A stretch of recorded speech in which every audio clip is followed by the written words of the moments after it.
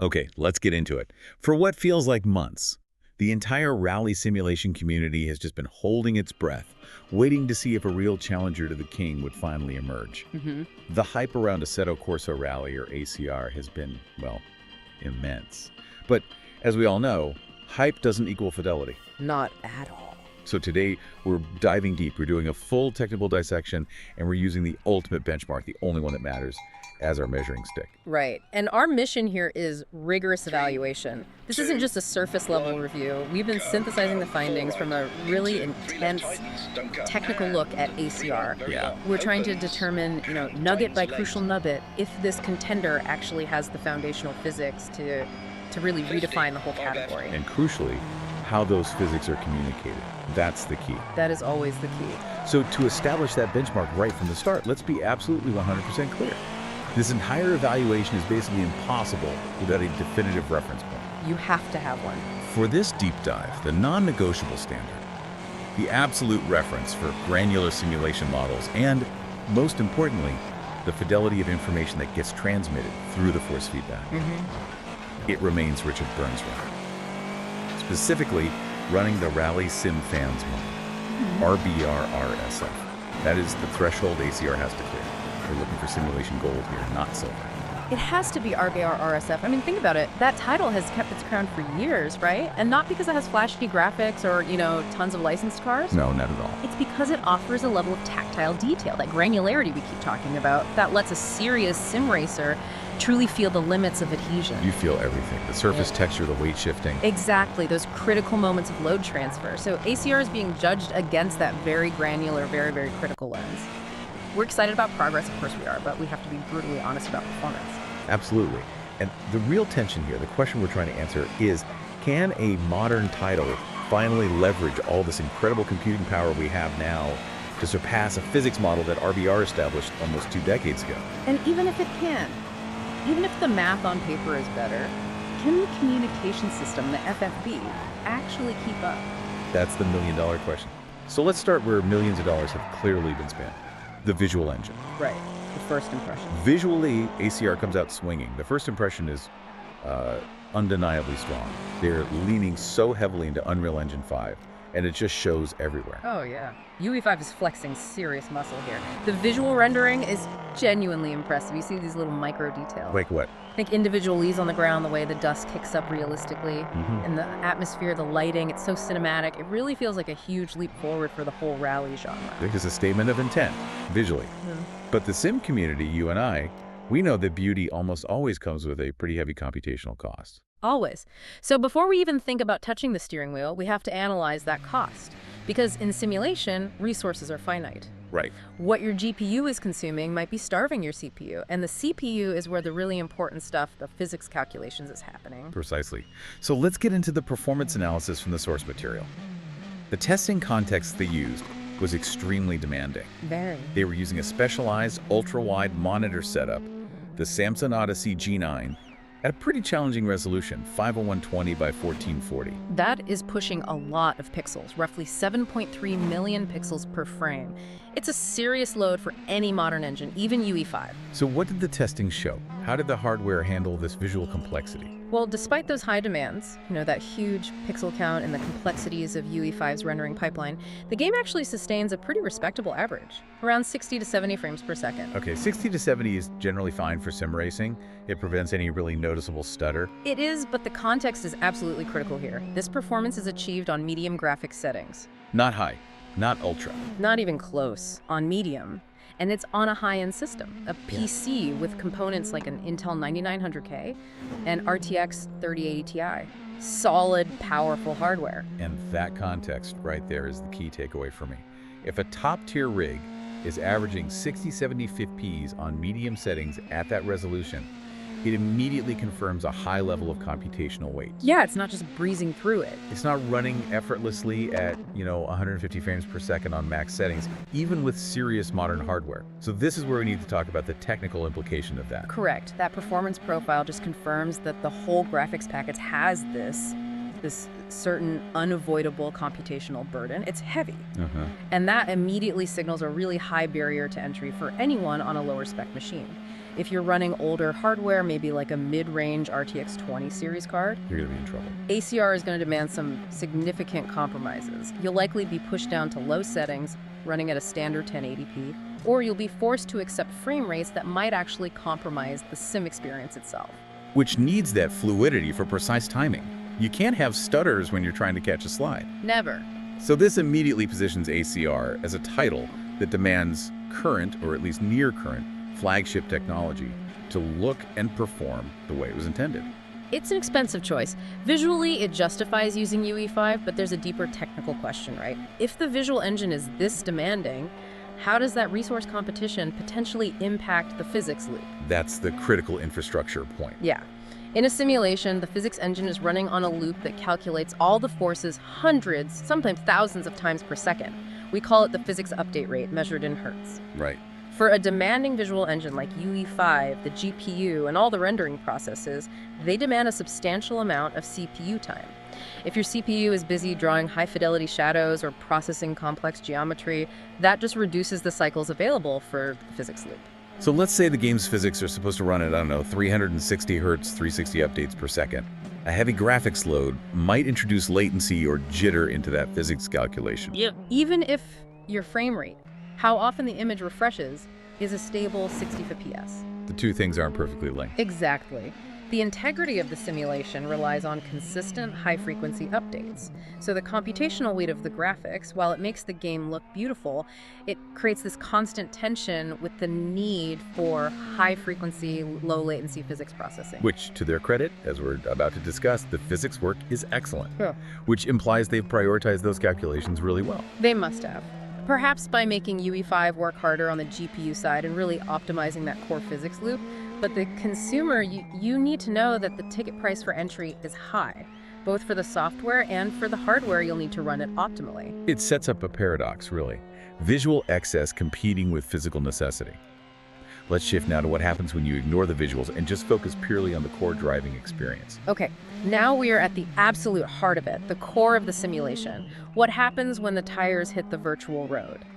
And we need to affirm right away that ACR's driving philosophy is definitively simulation-oriented. This is not some simplification. It's not a simcade experience trying to bridge the gap for casual players. No, they are aiming for the top shelf. They're going right at RBR RSF. They have planted their flag firmly in the pure simulation camp. Which means complex tire models, detailed suspension geometry, real-world handling characteristics, all the good stuff. And that brings us right back to that RBR comparison threshold. The source material notes that RBR RSF, it remains the reference, the absolute pinnacle of feedback and refinement. But, and this is a big but, the encouraging news is that ACR exhibits a very valid physical model. Which is high praise. It's huge praise. It means it's close enough to that reference point to be genuinely competitive. It suggests the foundation is mathematically sound and incredibly complex. Very valid is major. When you measure against RBR, that means the core math driving the car's behavior. It respects real-world engineering principles. So let's unpack that deep developer work. The granularity of the vehicle modeling. This is where ACR potentially carves out its own niche.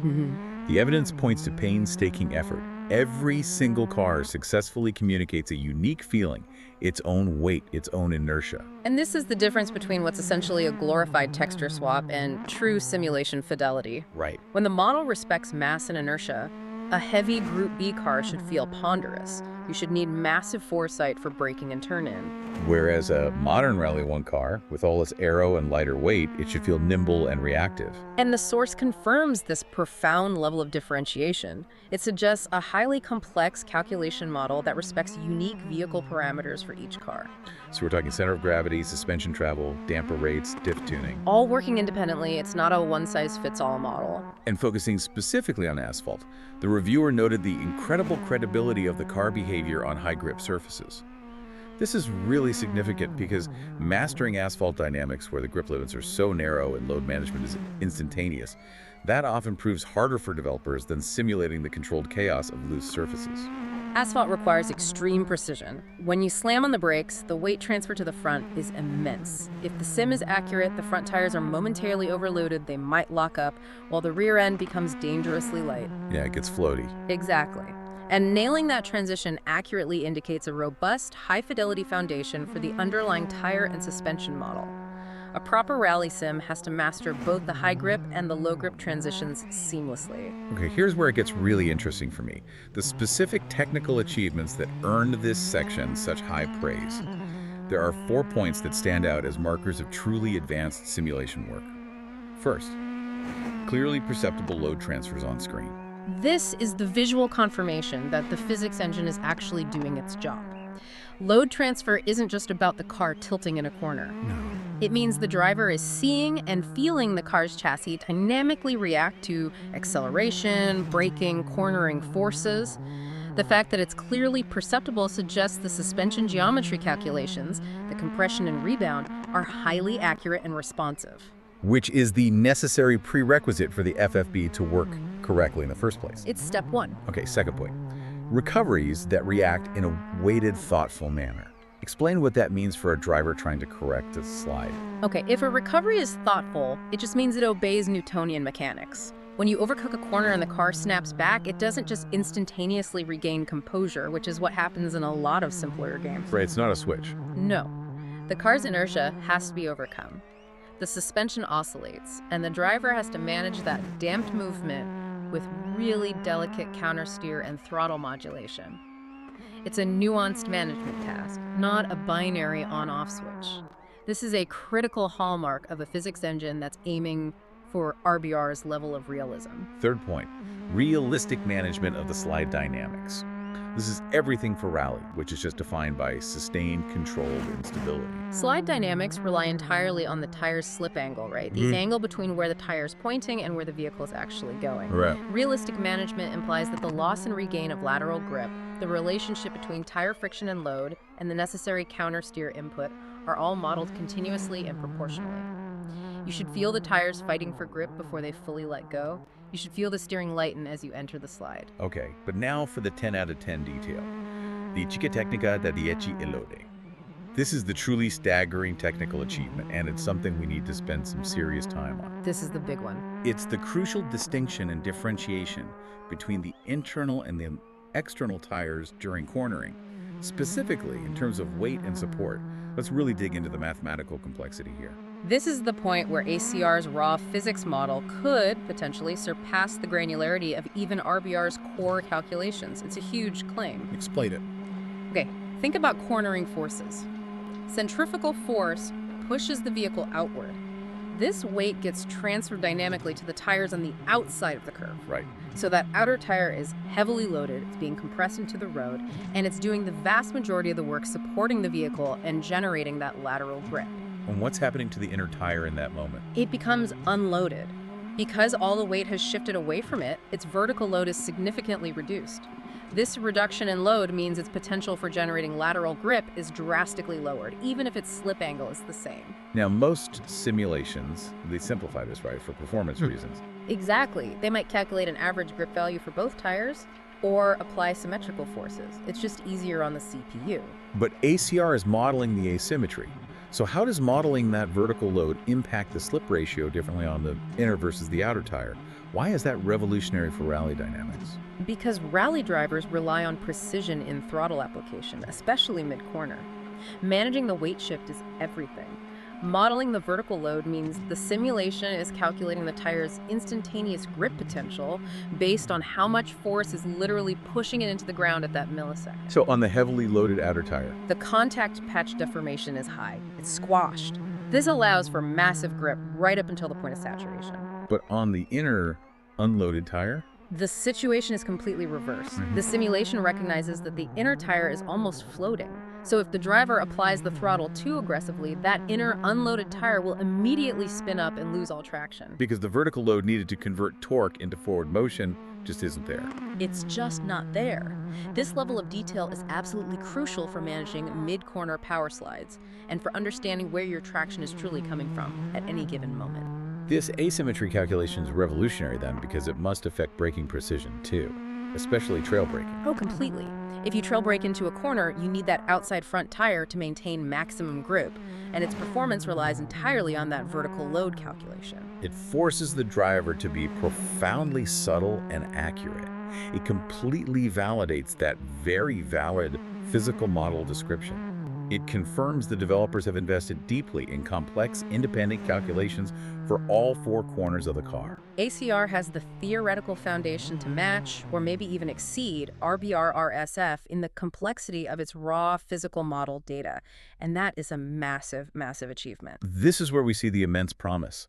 ACR's physics engine is speaking the most complex, nuanced language of vehicle dynamics we have seen in the rally genre. I agree completely. However, as you alluded to earlier, that language only matters if the conversation can actually be heard. Yes.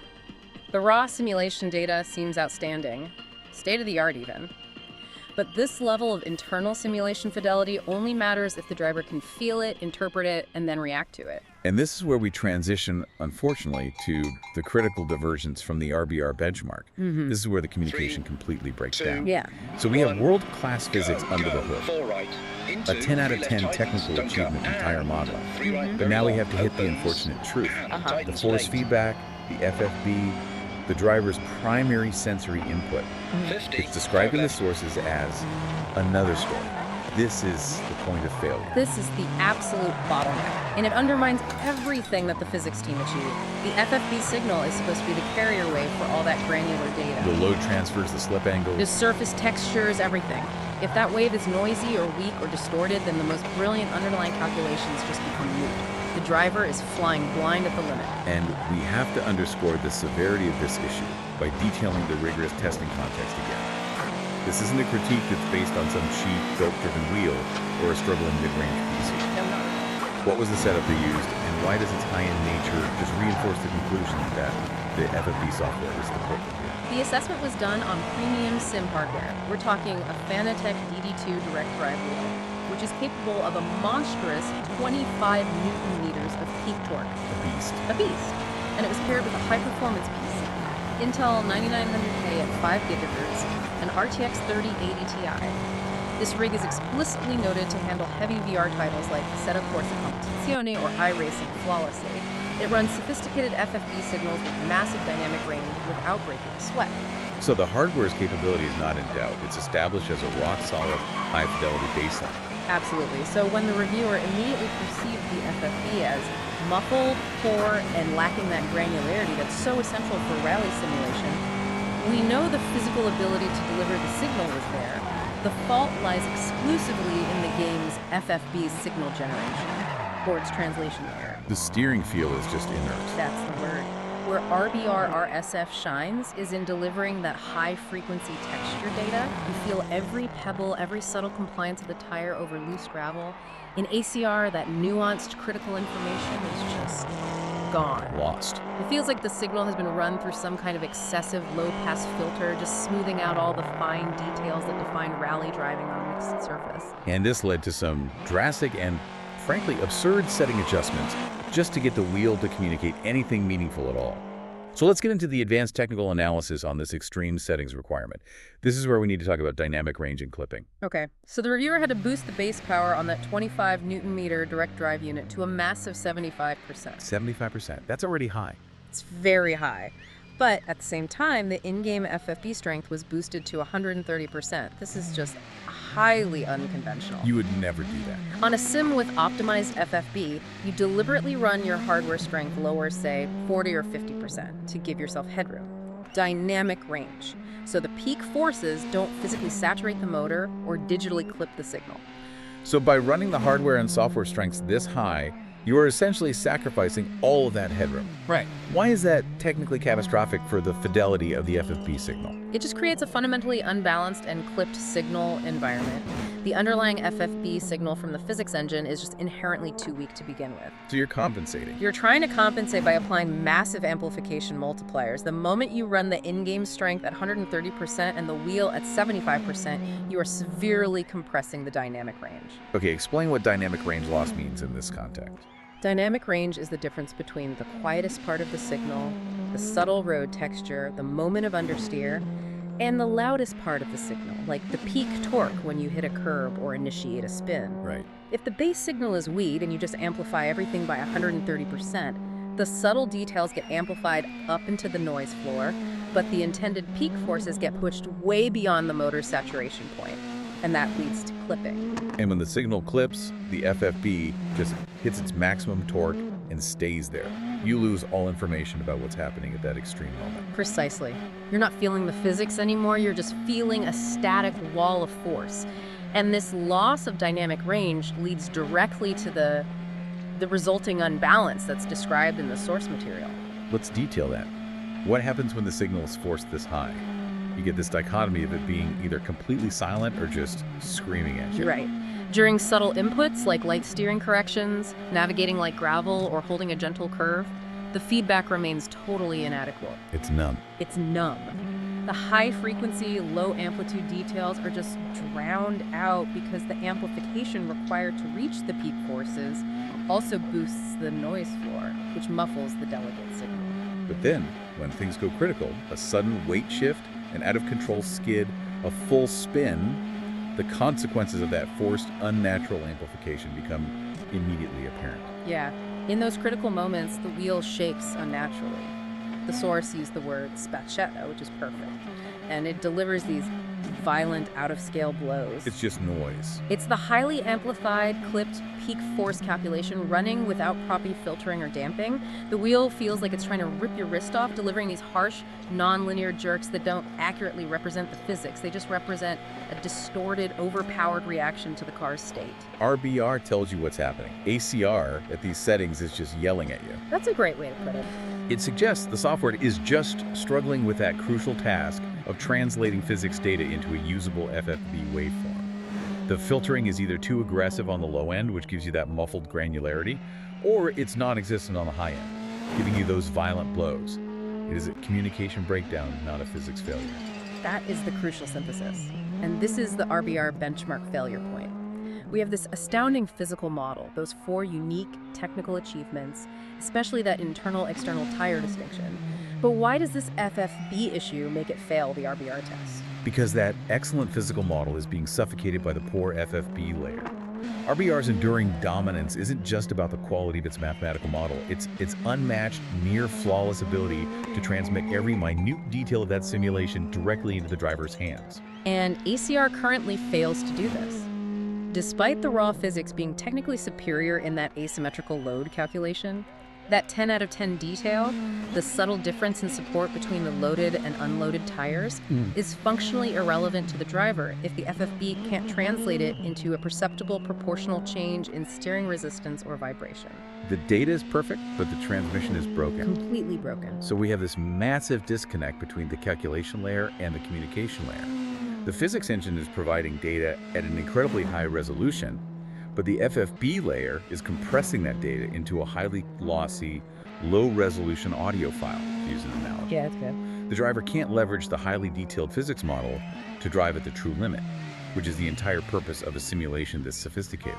It forces you to rely on visual cues and sound instead of tactile information, which is just a major step backward from the RBR ideal. For any simulation to succeed, the communication of physics is paramount.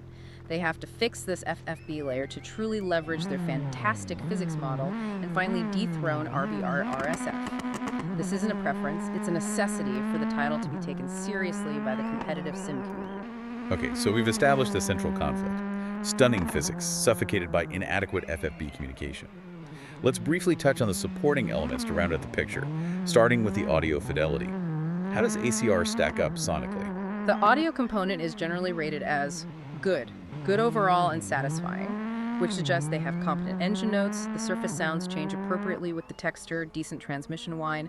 It fulfills the basic requirements of a modern sim. It's not distracting or poorly implemented. But the critical distinction is that it doesn't reach the levels of excellence found in other titles. They specifically called out Assetto, Corsa Evo. So what's keeping it from that top tier of audio design? The one specific criticism noted in the review concerns the sound effects during vehicle ignition.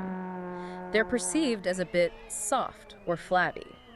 Now, that might sound like a minor detail, but it often indicates a broader issue with the punch, the immediacy, and the layering of transient sounds. When you hear a great sim, the ignition, the turbo flutter, the instantaneous throttle snap, they have a real high-fidelity bite to them. Here, that crispness seems to be missing in key moments. Right, if the ignition sound is soft, you could probably extrapolate that other transient noises, quick gear shifts, small suspension impacts, the sharp bark of an anti-lag system, might also lack that necessary high-fidelity snap.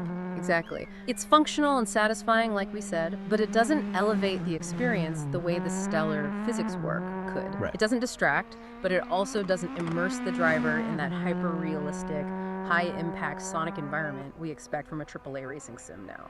So it's an area for refinement for sure, but unlike the FFB, it's not a foundational bottleneck. Not at all. And finally, let's wrap this section up by acknowledging the pre-launch context. We are talking about a version of ACR that is not final. This gives them some latitude, but maybe not as much as the developers might hope. Correct. We have to remember this is a pre-launch version. In that context, the current state excellent physics, decent graphics, acceptable audio is indeed acceptable as a work in progress. This qualification mitigates some of the severity of the overall critique regarding polish and minor bugs. Development is ongoing. There is still time for refinement across the board. However, that qualification doesn't change the central structural finding about the force feedback. The FFB critique suggests a fundamental issue in the physics-to-haptic translation algorithm. This isn't a small bug you can fix by tweaking a slider in the settings menu. No. This feels like a core mechanical challenge that needs solving before launch if ACR really wants to realize its ambition of challenging RBR-RSF. Absolutely. Fixing FFB fidelity, especially introducing that dynamic range and granularity, it often requires dedicated developer time focusing specifically on the communication layer itself. It's the most challenging aspect of sim development, which is precisely why RBR-RSF remains the benchmark. It solved that communication problem flawlessly decades ago. Yeah. ACR needs a dedicated, aggressive approach to FFD correction. They need to utilize the data being generated by that 10 out of 10 physics model. Otherwise, they have built the fastest theoretical rally car in the world, but the steering wheel is made of concrete. So where does this deep dive leave us? I mean, we've witnessed genuine excitement here. There's incredible potential. The intentions behind Assetto Corsa Rally are clear. Simulation first. The intention is pure. The driving physics, particularly that sophisticated tire modeling and the detailed load transfer dynamics, it means ACR has the theoretical engine to genuinely compete with, and maybe even surpass, the very best in class. It possesses the theoretical foundation to be the new rally simulation reference, but we have to reiterate the central, non-negotiable finding. The force feedback is the bottleneck, is the crucial point of failure in the communication pipeline between that fantastic physics engine and the driver's hands. And we have to stress, for ACR to successfully challenge RBR-RSF and emerge as the new rally sim reference, the FFB must be radically refined. It needs to reclaim that dynamic range. It needs to shed the muffling that kills granularity in subtle moments. And it has to eliminate those violent out-of-scale blows caused by signal clipping in the critical ones. It needs RBR's granular communication fidelity, period. If they can unlock the FFB, they unlock the full potential of those highly accurate physics. They need to ensure that every minute piece of information generated by that sophisticated tire model actually reaches the driver's hands, allowing us to feel the difference between the loaded external tire and the unloaded internal one. That right there is the definition of next-level simulation. It is, and if they fail this communication challenge, RBR-RSF's crown remains safe, regardless of how complex ACR's math is under the hood. Which brings us to our final provocative thought for you, the listener. Something to mull over as we conclude this deep dive. Since the FFB issue is largely about translating complex physics into tactile information, consider this. If a simulation has demonstrably superior perfect underlying physics like ACR's impressive asymmetrical tire modeling, but it fails utterly to communicate those physics effectively to your sensory input via the FFB, is it truly a better simulator than one with slightly less complex or older physics, like RBR, but with absolutely flawless, detailed, granular communication? What truly defines the benchmark in a sim? Is it the raw mathematical purity that only telemetry data can confirm in some spreadsheet? Or is it the effective, immersive, and informative communication of that physics to the human driver? The ultimate measure of a simulation may be less about the complexity of the numbers under the hood and entirely about the quality of the sensation delivered through the wheel. Which reality matters more, the theoretical or the experienced? Food for thought as ACR continues its development journey.